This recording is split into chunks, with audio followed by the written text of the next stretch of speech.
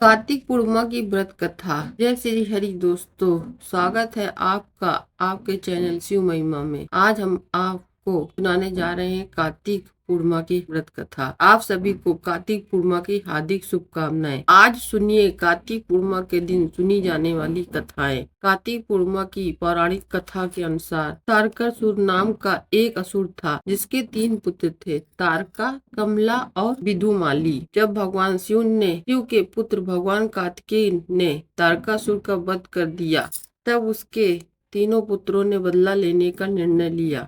एक दिन श्री ब्रह्मा जी ने उन तीनों को वरदान मांगने के लिए कहा। उन्होंने अमर होने का वरदान मांगा। ब्रह्मा जी यह बात अच्छी तरह से जानते थे कि अगर इन्हें यह वरदान दे दिया जाएगा तो वे अपनी शक्तियों का केवल दुरुपयोग ही करेंगे और सभी को परेशान करेंगे। इसलिए उन्होंने यह वरदान देने से इनकार कर दिया। श्री ब्रह्मा जी ने उनसे कहा कि तुम लोग इसके स्थान पर कोई अन्य वरदान मांग लो। तब तीनों ने कहा कि उन्हें उनके नाम का एक नगर बसाया जाए और जब भी कोई उसका वध करना चाहे तो वह केवल एक तीर से तीनों लोगों का अंत कर सके एक साथ। तब श्री ब्रह्मा जी ने तथास्तु कहकर उन्हें वह वरदान दे दिया। वरदान प्राप्त करने के बाद तारकासुर के पुत्रों ने तीनों लोगों पर अधिकार कर लिया और देवताओं पर अत्याचार करने लगे। उनके अत्याचारों से परेशान होकर सभी देवता गण भगवान शिव की शरण में गए और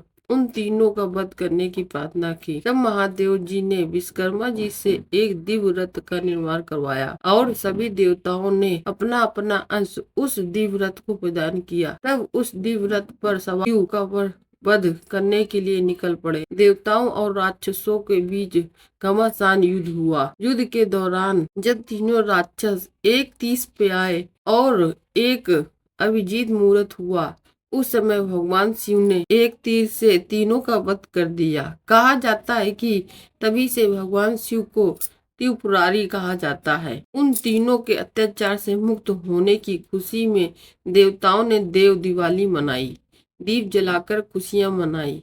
इसी कारण से कार्तिक पूर्णिमा को त्रिपुरारी पूर्णिमा और देव दीपावली के रूप में भी मनाया जाता है, क्योंकि जिस दिन भगवान शिव ने त्रिपुर नाम के राक्षस का वध किया था, वह दिन कार्तिक पूर्णिमा का दिन था। अब सुनिए भगवान विष्णु के मत्स्य अवतार की कथा।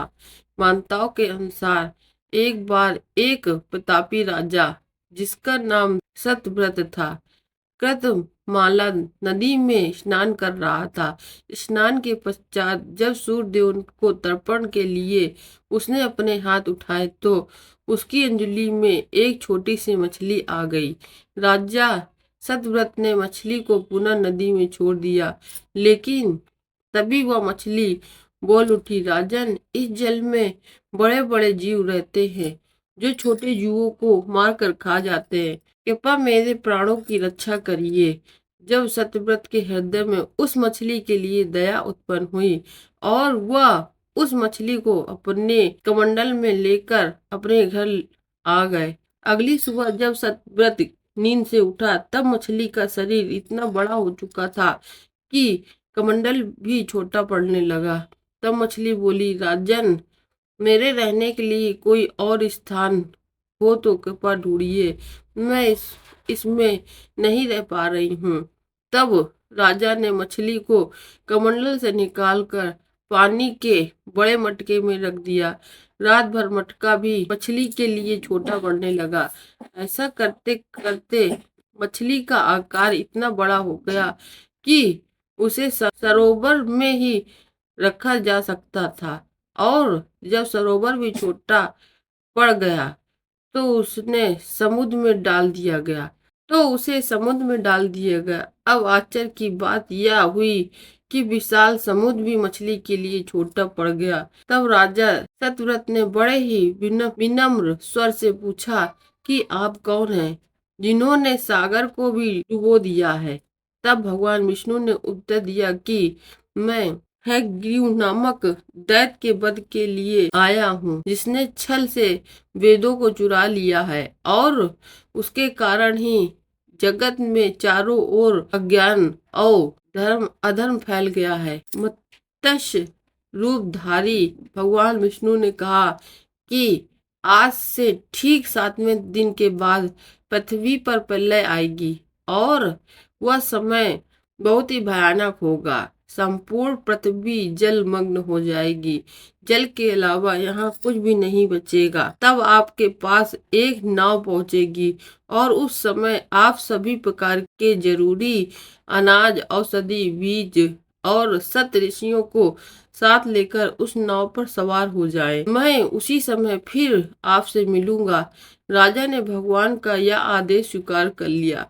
7वें दिन जब पृथ्वी पर प्रलय चक्र ने अपना आकार बढ़ाना शुरू किया और समुद्र सीमाओं को लांघ कर सबको जलमग्न करने लगा, तब उसी समय सत्यव्रत को एक नाव दिखाई दी। आदेश अनुसार सत्यव्रत ने नाव में सप्त ऋषियों को सम्मान पूर्वक चढ़ाया। साथ ही महत्वपूर्ण अनाज और औषधियों को भरकर सत्यव्रत भी उसी नाव पर सवार हो गया। सागर के वेग के कारण नाव अपने आप चलने लगी। चारों ओर जल के सिवा कुछ दिखाई नहीं दे रहा था। इसी बीच राजा सत्यव्रत को मत्स्य रूप में भगवान दिखे और भगवान से आत्मज्ञान पाकर राजा सत्यव्रत और सत ऋषि धन हो गए। तब जब समुद्र का प्रकोप शांत हुआ, तब भगवान ने हयग्रीव का वध कर सभी वेद वापस छीन लिए और ब्रह्मा जी को वापस सौंप दिया। इस प्रकार भगवान विष्णु ने मत्स्य रूप धारण कर वेदों का उद्धार किया तथा प्राणियों का कल्याण किया। कार्तिक पूर्णिमा के दिन ही मणिकर्णिका का स्नान किया जाता है। विश्व की प्राचीनतम नगरी काशी का मणिकर्णिका घाट सभी घाटों में सबसे महत्वपूर्ण है। पौराणिक मान्यताओं के अनुसार इस घाट पर स्नान करने से मोक्ष की प्राप्ति होती है। वही वैकुंठ चतुर्दशी के दिन मणिकर्णिका घाट पर स्नान करने से भगवान भोलेनाथ और भगवान विष्णु दोनों का भी आशीर्वाद प्रदान होता है। पौराणिक मान्यताओं के अनुसार जब देवी सती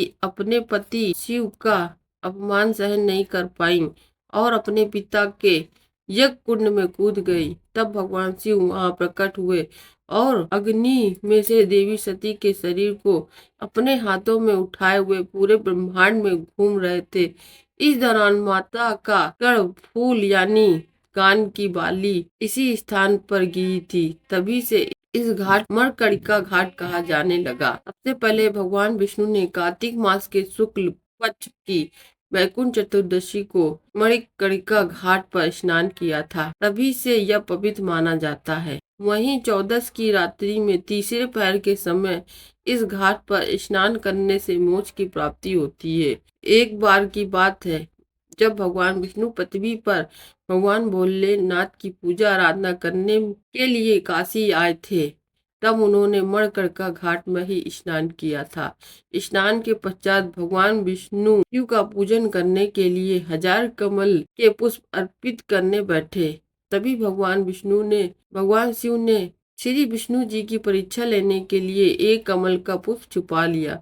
भगवान विष्णु को जब यह कमल का पुष्प नहीं दिखाई दिया, तब उन्होंने अपने नेत्र भगवान शिव को अर्पित करने के बारे में सोचा। जैसे ही वो अपना नेत्र शिव जी को अर्पित करने लगे, तभी भगवान भोलेनाथ वहां प्रकट हुए। भोलेनाथ ने कहा कि पूरे संसार में सबसे बड़ा महादेव का भक्त कोई नहीं है और इस दिन को भी व्यक्ति मणिकर्णिका घाट पर स्नान कर उनकी पूजा करेगा, उनके सभी कष्ट दूर होंगे और मृत्यु के पश्चात उन्हें मोक्ष की प्राप्ति होगी। इस प्रकार मणिकर्णिका घाट पर स्नान करने से मनुष्य के सभी पाप नष्ट हो जाते हैं। इस घाट पर हिंदुओं का दहन संस्कार भी किया जाता है। ऐसी मान्यता है कि मणिकर्णिका घाट पर अंतिम संस्कार करने से सीधे स्वर्ग की प्राप्ति होती है और इसलिए इसे मोक्षदायिनी घाट भी कहते हैं, जो दीपावली के रूप में मनाते हैं। ये थी कार्तिक पूर्णिमा की व्रत कथा। आशा करती हूँ आपको ये वीडियो पसंद आई होगी। अगर आपको वीडियो पसंद आई हो तो वीडियो को लाइक और चैनल को सब्सक्राइब करके कमेंट बॉक्स में जय श्री हरि अवश्य लिखें।